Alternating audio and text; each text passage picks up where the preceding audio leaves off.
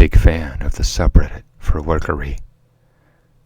This happened to me a few years ago, and I don't often talk about it since it's weird, gory, and not the kind of story you whip out at cocktail parties. But here goes. A couple years ago, I was stressed out from college and big city life and decided to spend a long weekend in the woods doing what my city friends would consider utter lunacy, and us outdoorsy people consider nirvana. Deep woods free camping in the winter, alone. While this sounds like the beginning of a missing persons report, if you are an experienced outdoorsman, it's pretty safe. I also take a secret pleasure in being the white trash warrioress my dad always hoped I'd be. I always hated the feeling of claustrophobia that came with being female in the city. Avoiding eye contact, not walking alone at night. When you're a girl alone out in the woods, you're in charge. You're safe within the warm embrace of your own solitary freedom. Or so I thought. I spent a few hours on the roads, the surroundings getting wilder and wilder as I drove.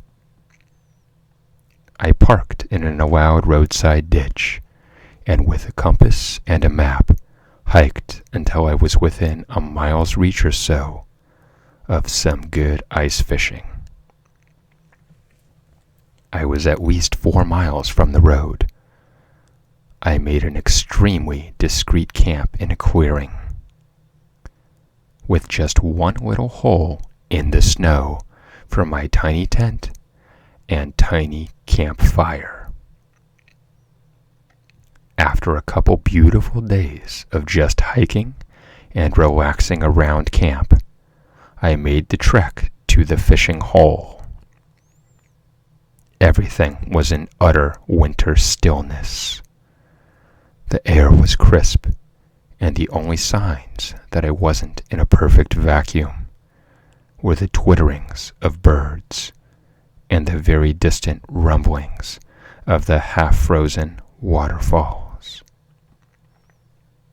After a mile or so of crunching along in the snow, I silently celebrated my compass skills when I came out at the exact place I had intended to. I punched a hole in the thin crust of ice and set to getting my fishing on. My first catch came quickly. After a few weeks under a frozen surface, fishes be hungry.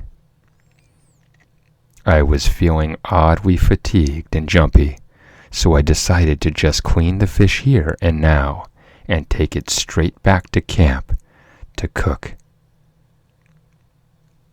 I quickly realized my fish preparation skills were rusty at best. I cursed my lack of preparation as I cut myself for the second time. Something in my peripheral senses was irritating me, but I was very set in my task, focusing on the motions and the slippery mess. That thing in my peripheral vision was growing more and more irritating, like the buzzing of a fly or the yammering of a sibling. I carved and hacked and sliced my hand open freshly as the fish slipped out of my hands and into the snow. Frustrated, I shouted, "Stop that whistling, will you?" Silence resumed. And then my heart stopped. Living in a college neighborhood, I had grown so accustomed to white noise that I had failed to recognize how grossly inappropriate this sound was in this context. The silence weighed down on me as I broke into a sweat. The only reason a human would be this deep in the woods would be to hunt. And no hunter would give himself away like that. And if he was whistling for any other reason, shouldn't he have reacted to my outburst? Yelled something vulgar back? Apologized? No. Nothing. Just the total stillness of the woods.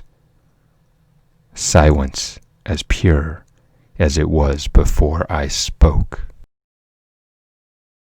Unsure if I had misheard the twitterings of a bird or something, I just decided the fish were a lost cause, swung my gear over my shoulder, and headed for camp.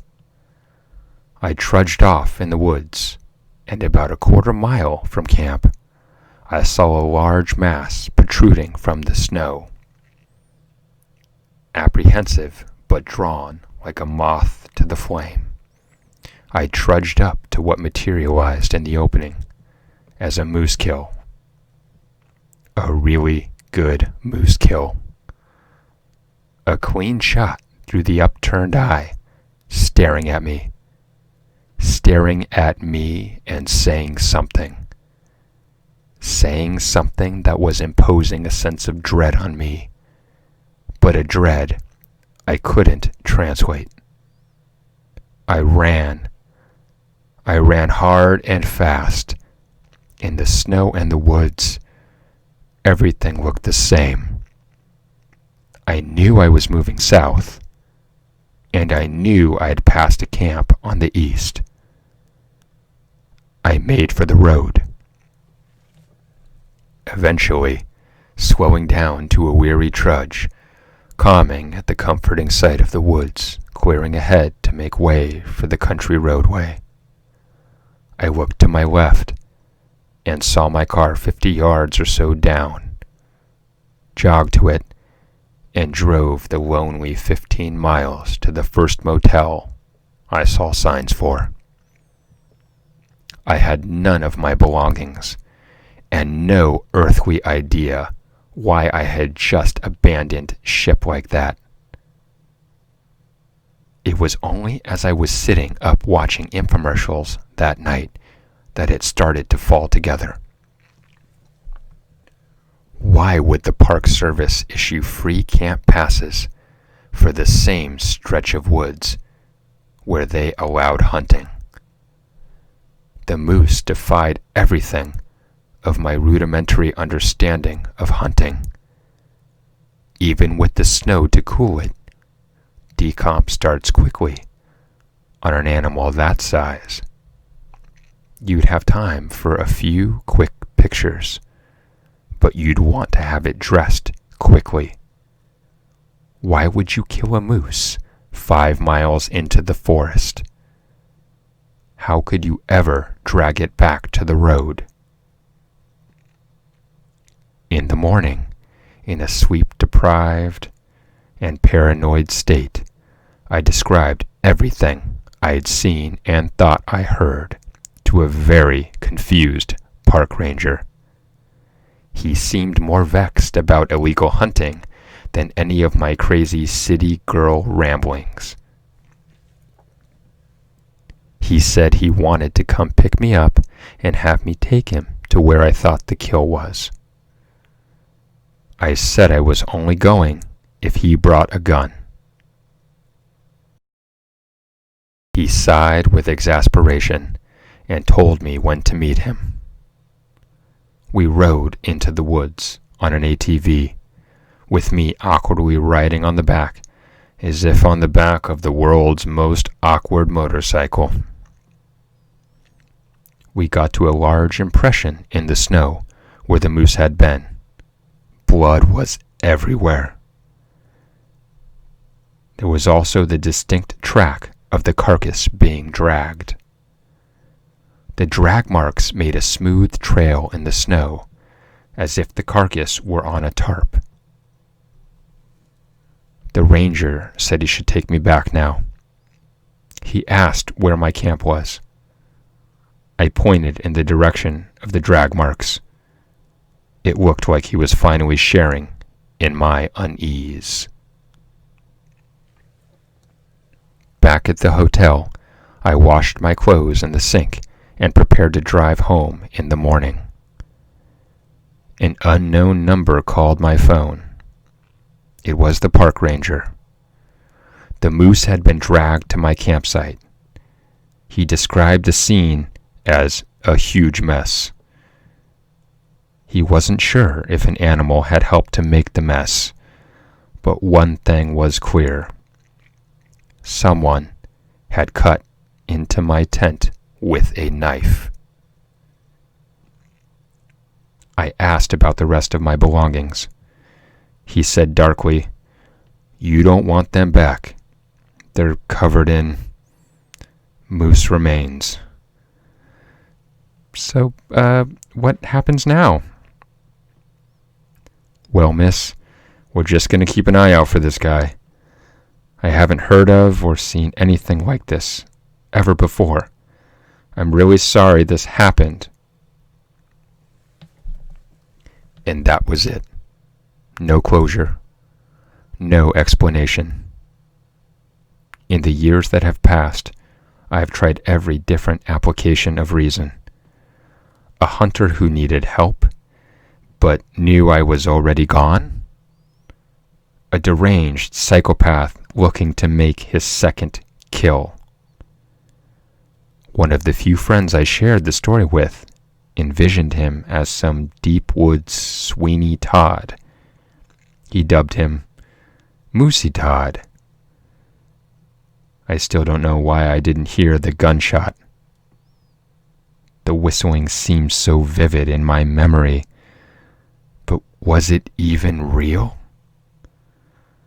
One question has definitely been answered. I'll never go into the woods alone again.